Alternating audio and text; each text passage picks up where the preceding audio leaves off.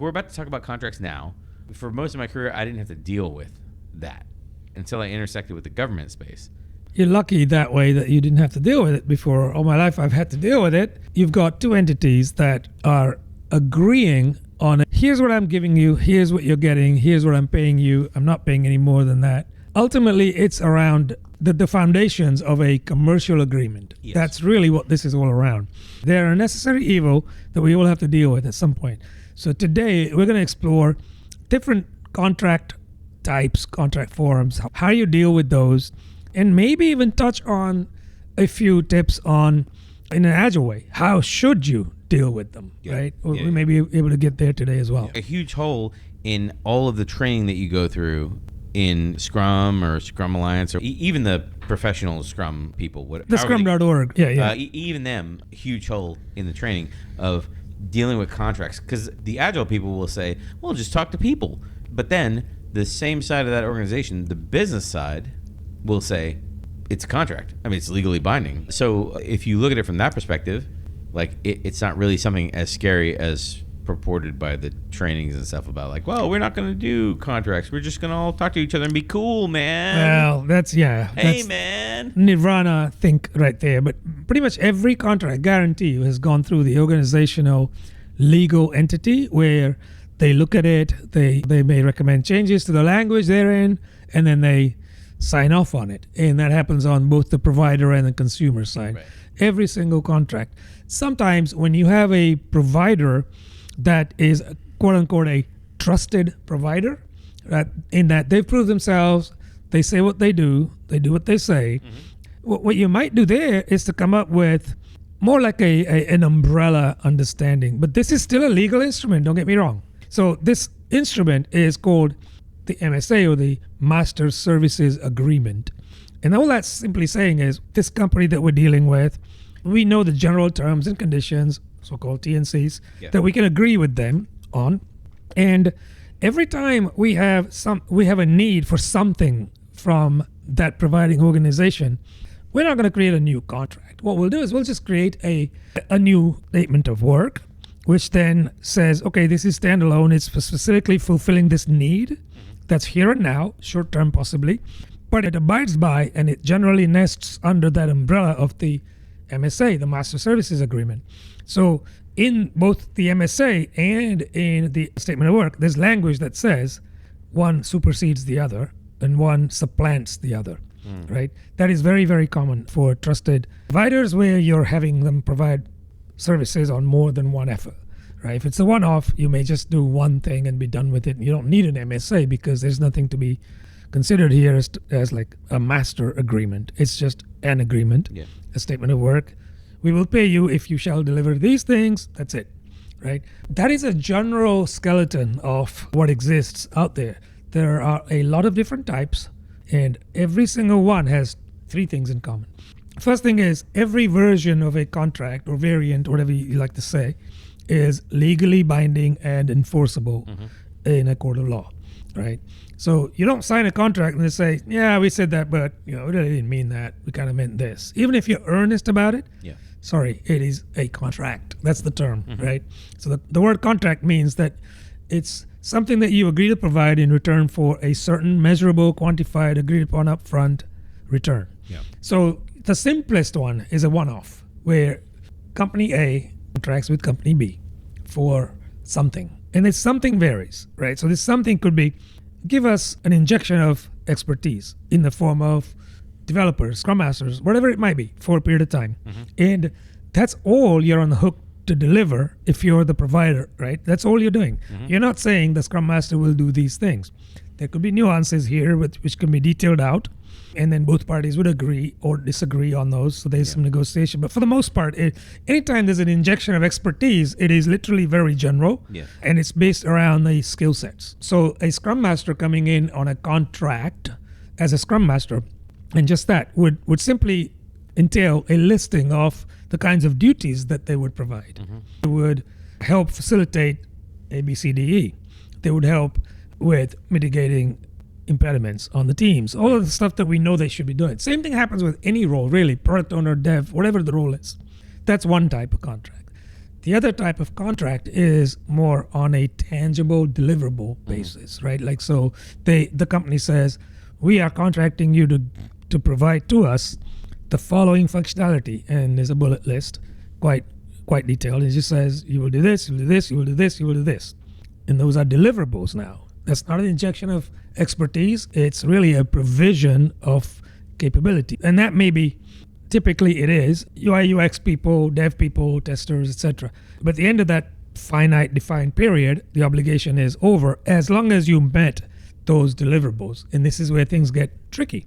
Because if the contract is thorough and it has what the deliverables are in terms of acceptance, like it just lays out, it will do this, it will do this, it will do this. Yep. Then you're good because you have criteria to measure up against. But if it's general, then you have room for argument, right? And that's where things could get potentially tricky. So that's the second type of contract. A third type of contract is more of a hybrid of those two things where they say, we're going to contract a company that basically is going to do whatever it takes, whether it requires expertise, intellectual capital, whatever you want to call it, right? That versus developers and producing a product for us.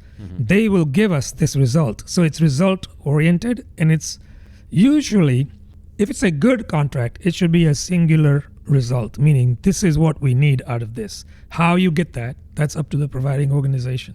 When there's multiples of those, things get tricky, right, in the contract, because you could meet one, you could meet another maybe 80%, and the third one maybe 60%. Now, have you met the contract? That's where things get tricky. Yeah.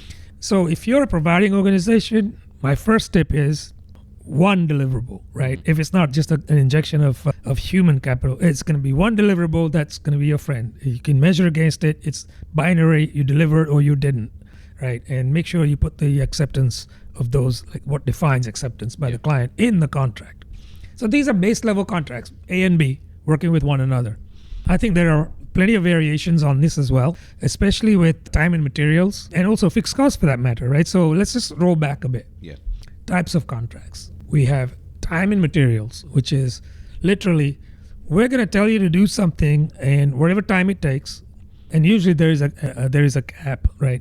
But whatever time it takes, we will give you a certain amount of money per unit of time, per week, per hour, whatever it is.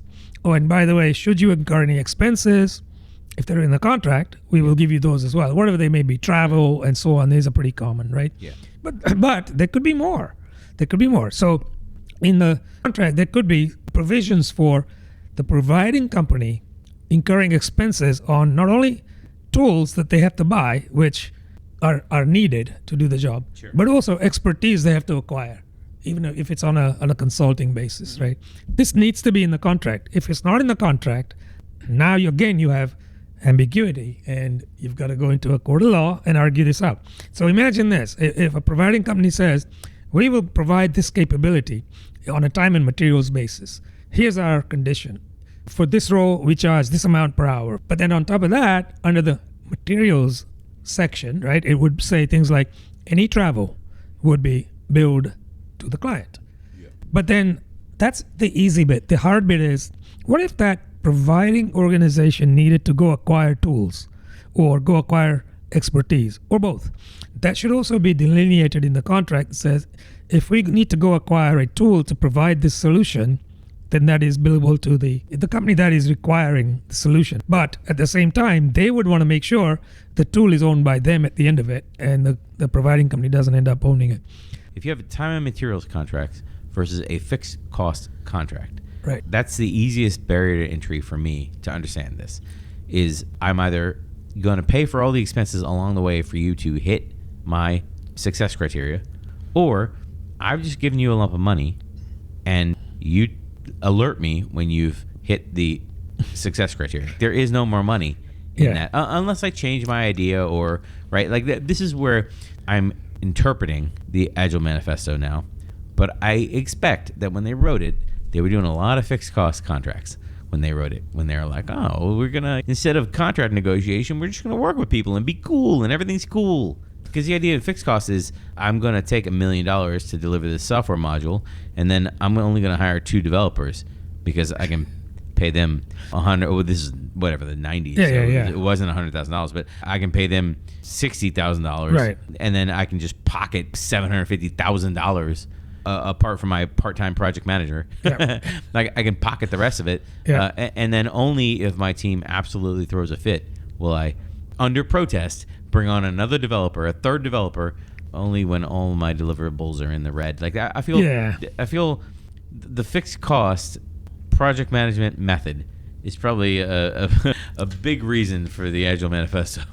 Well, yeah, I think you have something there. Yeah, the fixed cost type of contract was really propagated by the government, right? Because they were fixed budgets decided way up front, and there were ideation outputs. Here's what we'll do. We'll improve our infrastructure by whatever.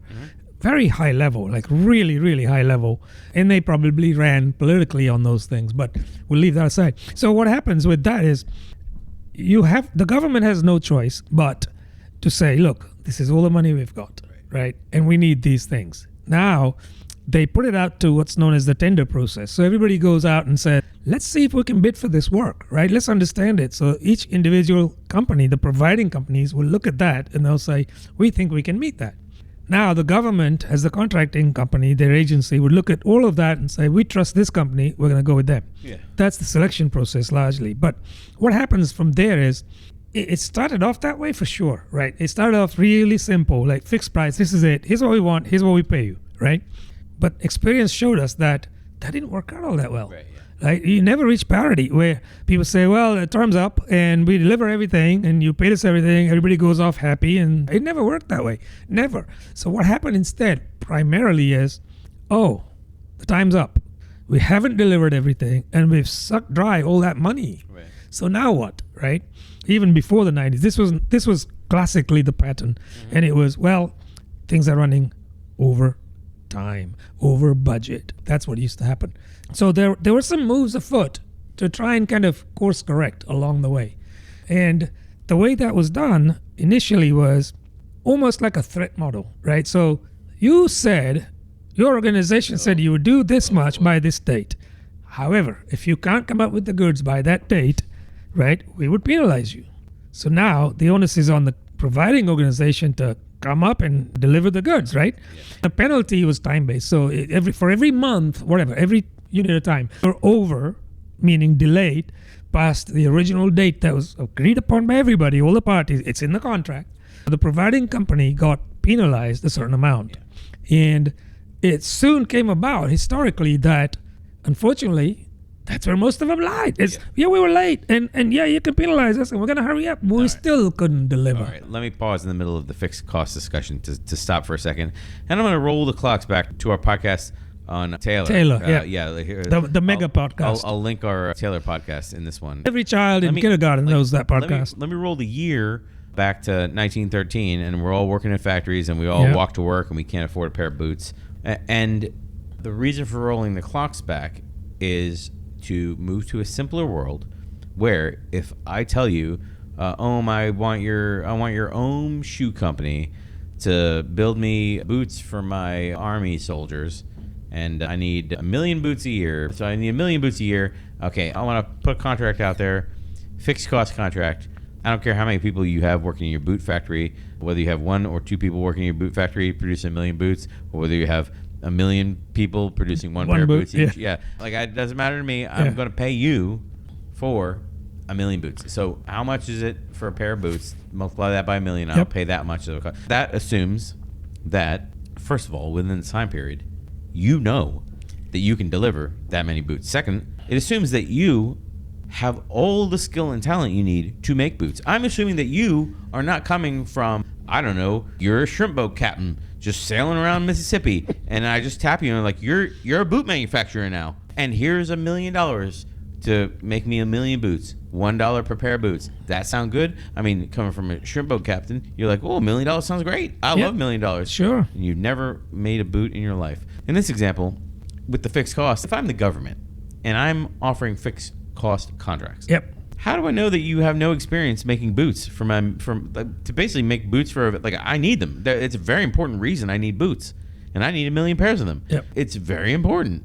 Do I have a whole division that just does nothing but evaluates your ability to fulfill the contract and vets you. And like I've got now if I've hired basically as many people as you have working in your boot factory. I hired that many people just to check that all the people working in your boot factory can build boots. Is that what we're doing? Unfortunately, in reality, you're not far wrong. So, especially given the government scenario, you do have people that go out and vet companies, vet their past performance, etc. They do all of that before the contracting stage, though, so that they narrow down the field, right, to those that they believe can deliver the goods. And then it's those people that get the invitation to tender is what it's called, right? So here's what we need. Go ahead and tell us that you can do it, right? And what your charges are going to be. And this is also an opportunity for the presenter of the tender to kind of say, yeah, we can do this. We can do this by this date. However, right? And then put in all those clauses in the contract that are, it's so binding, right? But they are in the contract, not as addendi or addendums, addendi, whatever, multiple addendums, addendums. Anyway, they're not separate because in this example, they're identified up front, right? So in the initial contract, here are things that we're going to do, plus here are the conditions that kind of underpin our contract, right? But yeah, to your question though, yes, there is a significant portion of effort spent on whittling down the field to those that we believe are feasible, viable contenders, right? That can give us what we're looking for. Because anyone can say, I can do this, right? But obviously they can't. Yeah, well, that's kind of my point with fixed cost. Anybody can say, just give me the money. I don't know why we're boot manufacturers now. If the contract is 1 million pairs of boots and I give you $1 million, yep, that's the contract. Yep. I give you 1 million pairs of boots and like they're all the wrong size. 10% are size 8, 10% are size 9, 10%. Yeah. I'm having a tough time with this contracting thing. Again, coming from mostly working in agile shops in my career. If you don't specify down to the detail in the contract, like what's to keep the customer from moving the goalpost? So it can happen, but it doesn't typically, because in the contract, you specify those as requirements. You give us 1 million pairs of boots in this case, right? Where it gets tricky is when we look at things like quality, which is often, especially in these kinds of scenarios, it is often qualitative, not quantitative. Yeah. And then it gets worse. Even we're talking about boots, which is a tangible product, but even in intangible services, right? It can get really tricky in terms of like, you're going to provide services, but how do you have quality on those services that is quantifiable? And so there's this idea called grade of service, right? And the grade of service simply says, we're going to lay out in an ideal utopian world, if you provide me these services, Brian, it will look like this. Yeah. But let's say hey, you couldn't for whatever, so you had supply issues or whatever it was, right? You couldn't get enough people. We're not going into the reasons why, but if you couldn't, the next tier is this. So this is what we want. This is the next tier. This is the next tier. And there's no legal reason why you should only have 2 or 3. You can have as many. This is just between the parties to negotiate. But here's the important thing. The contract isn't binding at the top level, meaning if I'm hiring you and your company to give me services that meet these qualities, and then if you can't do that, then it meets these, and if you can't do that, it meets these, I'm not undertaking to pay you a fixed amount, right? Since we're talking about fixed contracts here, fixed term. What I'm saying is, if you do these top level things and you meet them all, I will pay you what I say I will pay you. Yeah. If you meet the second level things, I will pay you. This other thing I'm saying I'll pay you, which is lower than before, and so on. So there's like a scale, like a tiered repayment or payment structure based on the quality received. I like that. So let's weave this into the agile world for a second. If let's say, for example, I'm on a fixed cost contract, and let's say you're a government client, and I'm an agile delivery firm of some sort. Maybe using that framework, break down the features in the contract to be like, we'll deliver you these features. Yeah. And maybe you have different classes of features, like A, B, C class of features. But the idea is we're not delivering all the features, but I'm trying to figure out a way to weave fixed cost contracting into the world of, we will keep working on your top priorities as long as you want. I mean, if you want to burn the whole fixed cost contract just on your class 1 features, we'll just keep the whole team on those, the whole contract. The contract at that point becomes less of a list of deliverable A, B, C, D, and more of a, you will do feature work in the order we specify and then we'll basically pick them off a menu. I don't know. I'm trying to consolidate the two worlds that don't seem able to be consolidated. It is a tricky ground. It's sort of like a quicksand almost, right? Because you can navigate it. Yeah. So you can run really fast across the field. Quicksand, you might make it. You dwell on it and you would sink. So I think some of these areas dovetail into defining the requirements and the expectations up front, right? And thus far, we've only talked about fixed price contracts, but there are variations of fixed price contracts that I think this is probably an opportune time to delve into. One easy variation, I alluded to this earlier, is the penalty clauses, right? So you put penalty clauses in and say, you will deliver XYZ by this date. And for every month, whatever unit of time, it is delayed by, then there is a penalty imposed to the providing organization of X dollar. It's usually percentage based on the SOW. So, there's a penalty of, let's say, 5%, whatever the percent is. Again, that's between the parties. So the impetus is on the providing organization to deliver things as quickly as possible, in my example thus far, right? So they don't incur penalty. That might sound okay, but think about this. If you are a providing organization, what would you do if you were falling behind schedule? You would hurry the heck up and provide things so you don't incur the penalty. Right. What happens to the quality of what you provide as a result of that? Remember, there's nothing in the contract about that. Right. So now you can stand up in a court of law and say, we met our obligations by this date. Right. Pay us. And the judge would have to be on your side.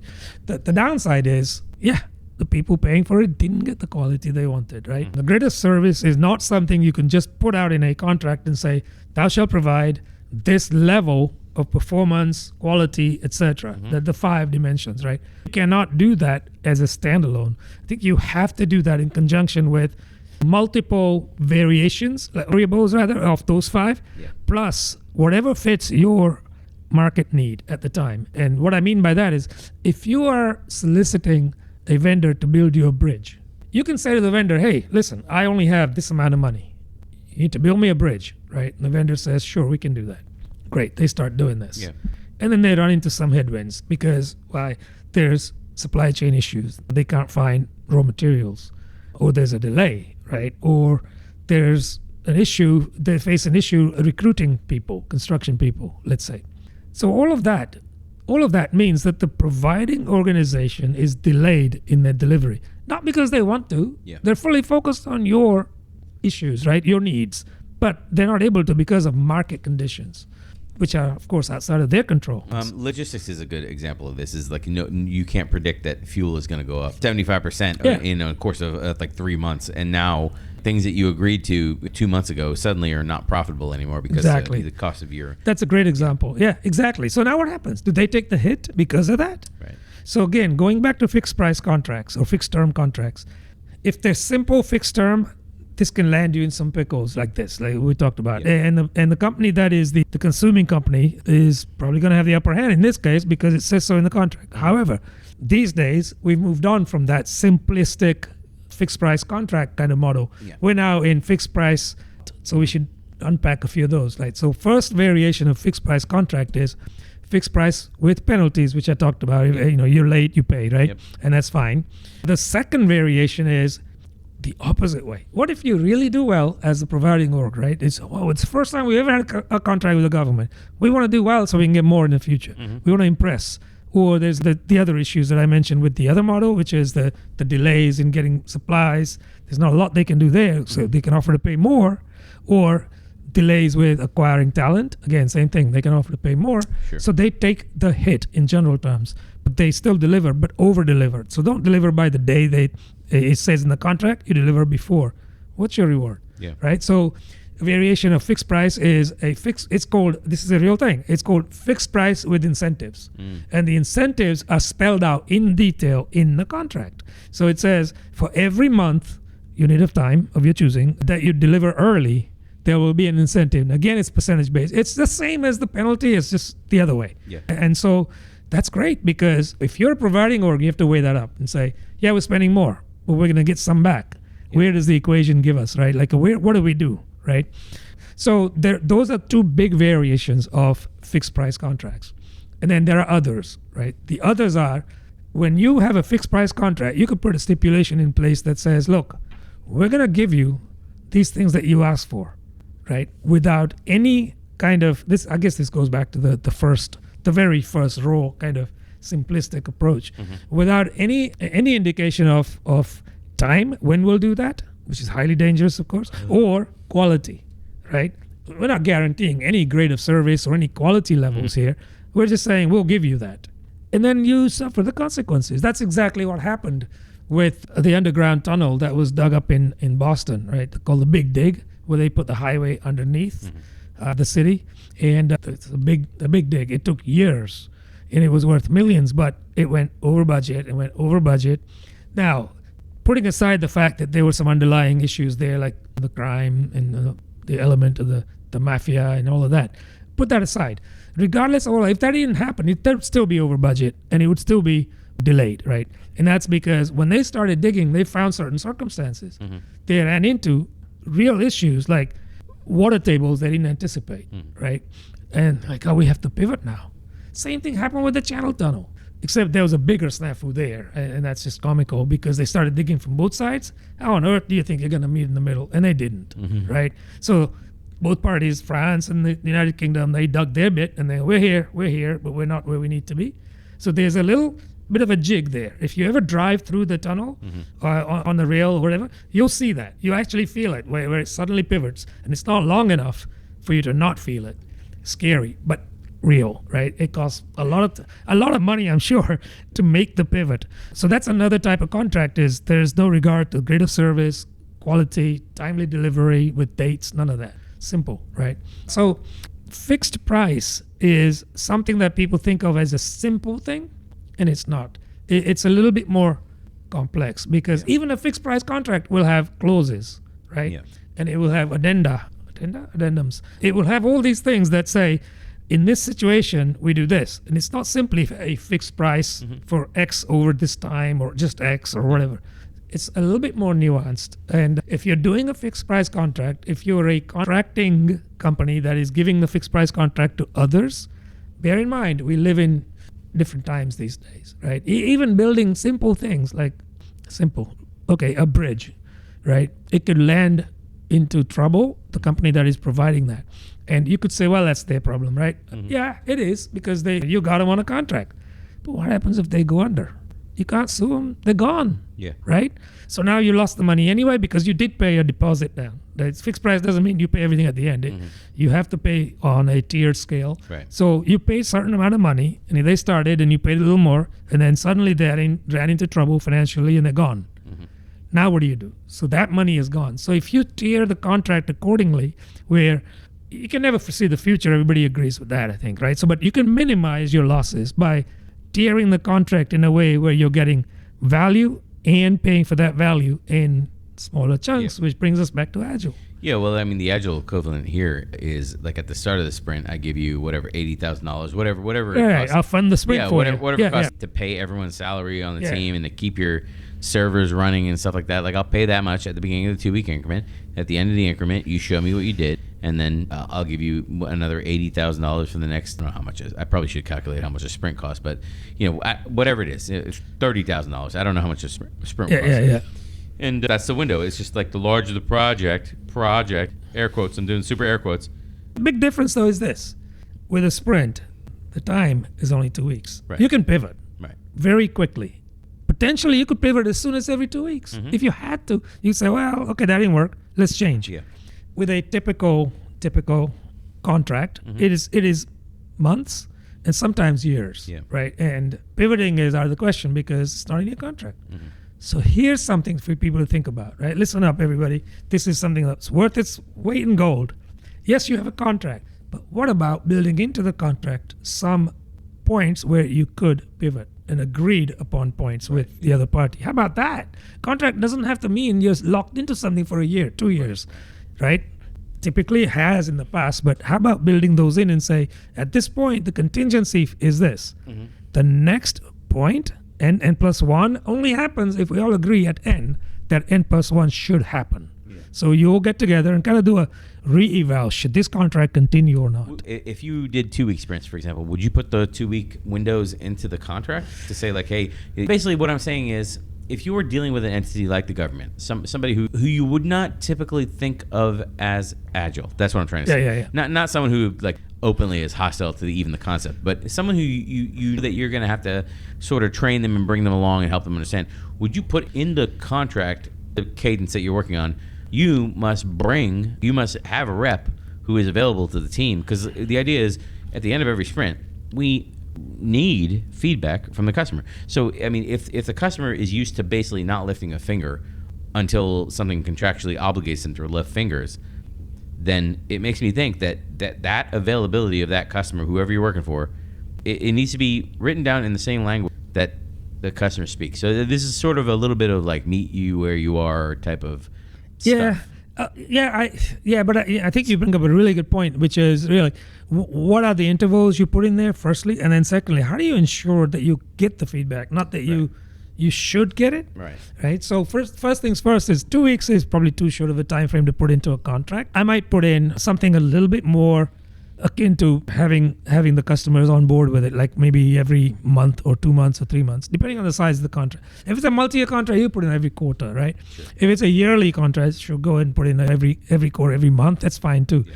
But to your point, this is I think is key, right? How do you, because you as a providing org, you're at the mercy really of getting the customer's feedback. Yeah. How do you make sure you get it? You can definitely weave that into a contract, and not just fixed term, any contract, to say, here's what we will provide, here's what you will provide. And one of the ones under that you will provide is a person who is a stakeholder must be present at every review and provide their feedback, and not only feedback, provide explicit acceptance or not, right, of every feature that is demoed to them. Unless that is in there, they will either not show up or just say, hey, you have some time, go over there. And that person's not empowered. Right. So they're going to go and nod up and down. You say, do you like it? Yeah. Do you accept? I don't know. Yeah. Well, that gets you out of the game that like I was pointing out earlier, of the whole you're not delivering. Like if again, we're going back to fixed costs. If you have something in your fixed cost contract that says, hey, listen, like I know that you do your contracts this way, and that's fine. We can work with you. But in order for us to do our best job, we have to have someone there when we do our reviews. We have to have somebody on demand when we do our refinements or whatever the event is, or whatever the cadence is. It doesn't really matter. Yeah. The point being, they have to commit to somebody to be the customer interface. And even if that person is not empowered, like why is someone who's not empowered being served to the team as the rep? It would be difficult to say that you're contractually meeting your obligation if you're just sending some random person to give the teams a thumbs up, but you're not happy with what the team is doing. At that point, now you have you don't have a little. You have all the firepower you need to hold them accountable. As far as the contract goes, again, the amount that this is in line with like the principles of Agile and whatnot, like are questionable at this point. Of like, we're not going to fight each other and use the contract to beat each other over the head. Right. That's not the point. We've been talking about projects at this point. The juicy part that I want to jump into is, in a fixed cost, if I'm working in a software delivery firm, right, software development firm, and someone is agreeing to deliver features on a contract, and they don't have the team who's going to be delivering the features in that conversation, that is usually what I've seen with fixed cost contracts. The salesperson or whoever that signs a contract, they don't talk to the development team who's going to be implementing. They go to the development team and say, hey, I have sold X, Y, and Z. You have to deliver it by the end of this contract. Here you go. Figure it out. I'm going to go back to my yacht. Yeah, go make it happen. Yeah. That unfortunately is true. And I'm willing to bet that team that they're addressing in this way is already fully occupied with other things that they've already put on their plate in the past, right? So as a contracting organization, that is really, you're doomed to fail, basically. It's a recipe for disaster, I think, long term, because you're going to come up short. A. B, you're going to lose good people because you're just now piling on them. Yeah. But I wanted to talk about something that you touched on, which is the obligations of the consuming party here, right? Providing stakeholders with decision-making powers, whatnot. These need to be spelled out in the contract. They have to be spelled out no matter what type of contract you have. Yeah. And of the two types that we talked about thus far, there is a 2.1. There's a little morph on that. On that one that says, okay, it's T&M, right? So we'll do what you tell us. For as long as you have money, we'll keep doing this. And we'll bill you our expenses. That's basically T&M. But even within that, a savvy provider would talk to the customer and say, what are you trying to do here? How can we help you really get there instead of just be a body shop for you where we can just put bodies in place that we'll bill you by the hour for, right? So the slight variation is even in a T&M contract, it is possible to put in some deliverables that you as the providing org is committing to provide. The tricky part is don't weave those into above the line. What I mean by above the line is that's not your contract that says we'll provide these roles at this hourly rate, et cetera, and we'll also have these deliverables that we'll commit to providing. Right. That's above the line. Don't do that because guess what? Those deliverables the requirements could change, right? You're not in control of those. So don't do that because that's never going to work out well, especially for a project that's more than 6 months in duration.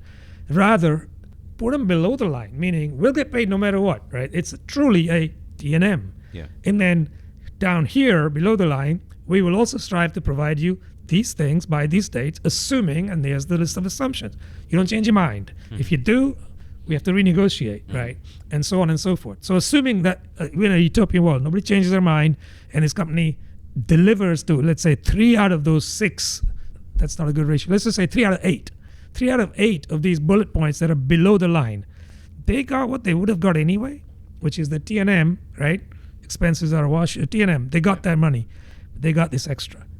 So you might say, well, that's great. But the company that pays the extra, right, that's below the line also got more. Yeah. They got more because they didn't just get hired hands. They've got tangible results that were delivered by those people. The how isn't of concern for the company that is paying on this contract. It is of concern for the company that is providing. So as long as there's enough there below the line, they will make the how happen. Meaning they may even have to hire people if it's lucrative enough or if it's correspondingly profitable, whatever. Yeah. That is a slight, like a variation of a T&M. T&M plus plus is what I call that. Well, if you're trying to beat a date or something like that, yeah, it totally makes sense. We're working together, the vendor and the whatever supplier. I don't know. Yeah, supplier. We're both working together to try to beat a date, and if you have to bring on more people, and I'm willing to pay for more people, we just have a conversation, then it happens. The time and materials, we didn't spend a lot of time talking about time and materials. We kind of weaved it in with different things we were talking about. Sure. Because that makes the most sense. Like the time and materials is I want more things. I have to pay to get more things. Like it makes total sense to me. I'm not talking a lot about time and materials in the podcast because I can easily wrap my head around time and materials and Agile. The idea is I'm going to focus on one goal at a time. That's the idea. And then if I want to pick up a second goal, or like for example, I can only have one priority one. Yes. And then if I want to pick up a second priority one, the answer is very easy. Well, then we pick up a second team. We have to spin up a whole other team. The A and the B team. And you have to pay for another team so you can deliver on priority 1A and priority 1B, which happened at the same time and on the same timeline. That makes a lot of sense to me. I don't think anybody has difficulty with that in understanding Agile. Where my tiny brain gets short-circuited is when you have a development team, and that development team has successfully delivered for either this client or other clients functionality A, functionality B, or functionality C. And now we're going to turn around and implement functionality A, B, or C for you, Mr. New Government Client, okay, under the fixed cost. Yeah. But you get to pick from a menu, and you can only pick A, B, or C. And no, you can't customize it, and no, you can't change it, and no, we won't tailor it for your environment or whatever. We'll give you A, or B, or C, because we've done that before. We know exactly how long it takes to do it. My point is, it's something that the entire complexity of the software change is 100% known to me and my team. Okay, it basically is I can go pluck a story out of my backlog, copy it, clone it, keep the story points or whatever that are on it, and just spin it off, and my team does it again for you. If you tell me to do something truly unique that none of my team members have done before, so we have to learn it for the first time, unless you are willing to pay for that learning to do it the first time, separate from paying for the software delivery, unless you're willing to have some kind of, clauses in the contract about training time versus actual doing time, I don't see how they're compatible with fixed cost contracts. Those two are almost incongruent. I mean, you're looking at doing something that is a known, right? So you will do this by this date, we believe. And it's largely a fixed price contract at that stage. Versus something that you need to ideate over, right? And delve into this unknown area. And how does the providing org get paid for that when you don't know the deliverable? So a couple of things there is, one is, if they, certainly in the case of the government, if they want to pay for some innovation, they can do that. And then say, go figure out how to solve this problem. We're not looking for the solution to the problem that needs to be delivered by the end of this contract that's fixed. What we're looking for is a prescription for a solution. Here's how it could be solved. Here's what we found. And then they can fund another project to actually deliver that, right? That's okay. That's pretty rare as well. I think in the space world, it's more common than anywhere else, probably. Yeah. But also now, of course, we're in unique times. So it's also prevalent in the public health space, right? People are looking at taking old formula that we had for antiviral treatments and vaccinations and seeing how they can be modified for the heretofore unknown viruses. So they're coming up with almost like a Lego brick approach that says, here's a bunch of Lego bricks. Now let's look at a pattern. Based on that, we'll arrange these so that they can block certain proteins or whatever that is, right? That level of thinking doesn't happen overnight. And it's usually funded through contractors that the government pays money to go figure out stuff, not necessarily to deliver a solution yet.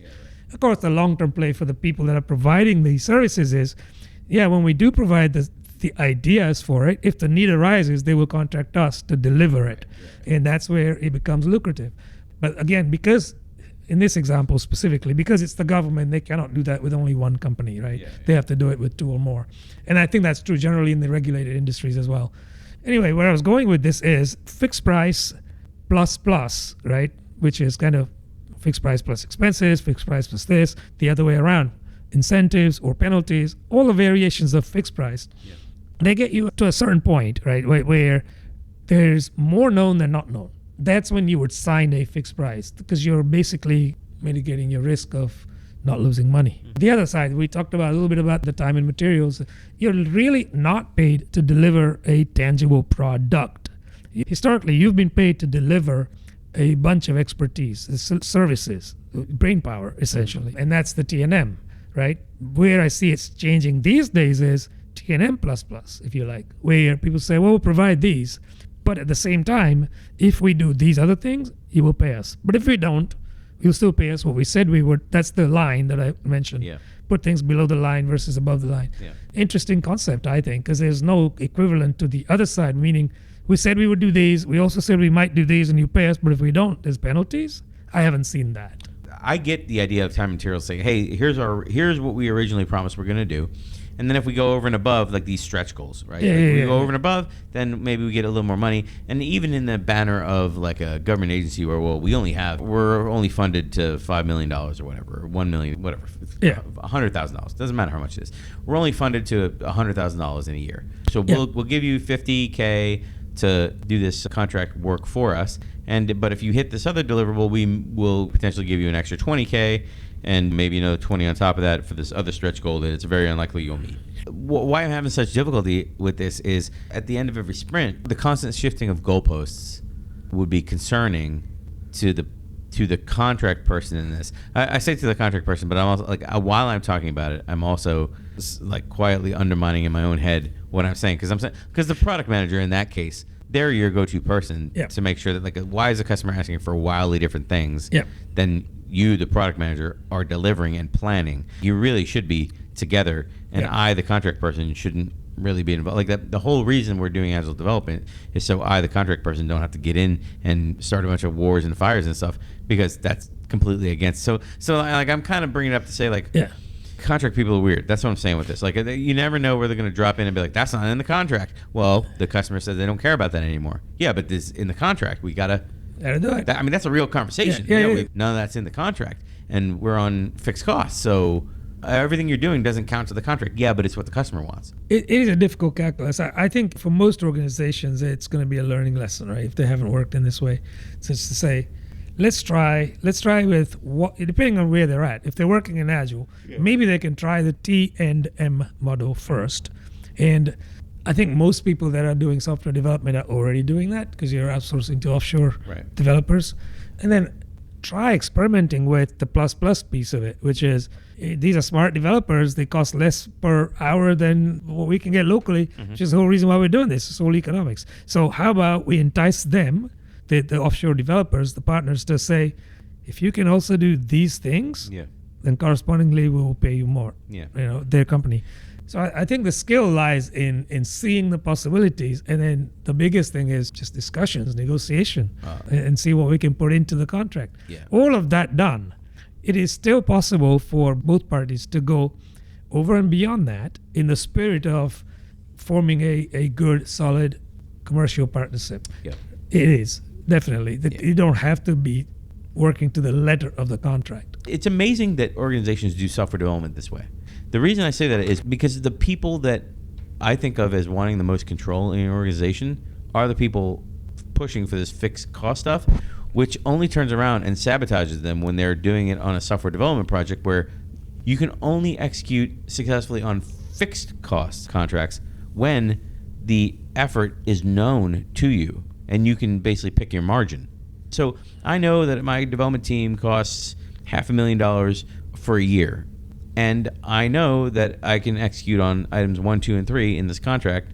So I'll put items 1, 2, and 3 in there. I'll strike out items 4 and 5 because we can't do it. And if we turn out that we can do it, we'll all look like heroes or whatever. I know what my costs are. I know I can do 1, 2, and 3 because I did it for some other customer last year. Analogous, right? I was just thinking about some of the contractors for real, right, out there that work for the government as part of a couple of them. And I can tell you, it is nerve-wracking to work for a contracting organization because when the contract is signed, everybody's happy. We used to blare out little klaxons, the air horns. We used to do that. Yep. And people just get up and clap and, here's another order.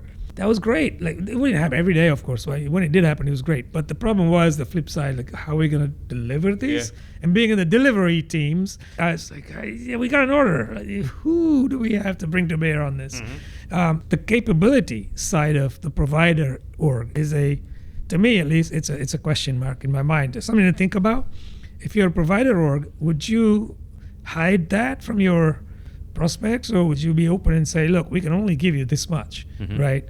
Or would you say, well, we're great, we're a 200-person organization, and you're counting everybody in the company, not necessarily people that can develop the solution. So I don't know. I think the onus is on both sides to do their homework right, and then try and minimize, in the spirit of Agile at least, try and minimize the legalese, because every time you have a legal clause or statement in your SOW, it goes against forming trust, right? And camaraderie. It's like, if I do this, it says so in the contract. I was planning on doing this, but I'm not gonna now because I might get in trouble. Yeah. That is something that I think we don't think enough about that, because day to day, our audience, ourselves, I would say we're not really involved with that. It's your biz dev guys and your salespeople that are involved.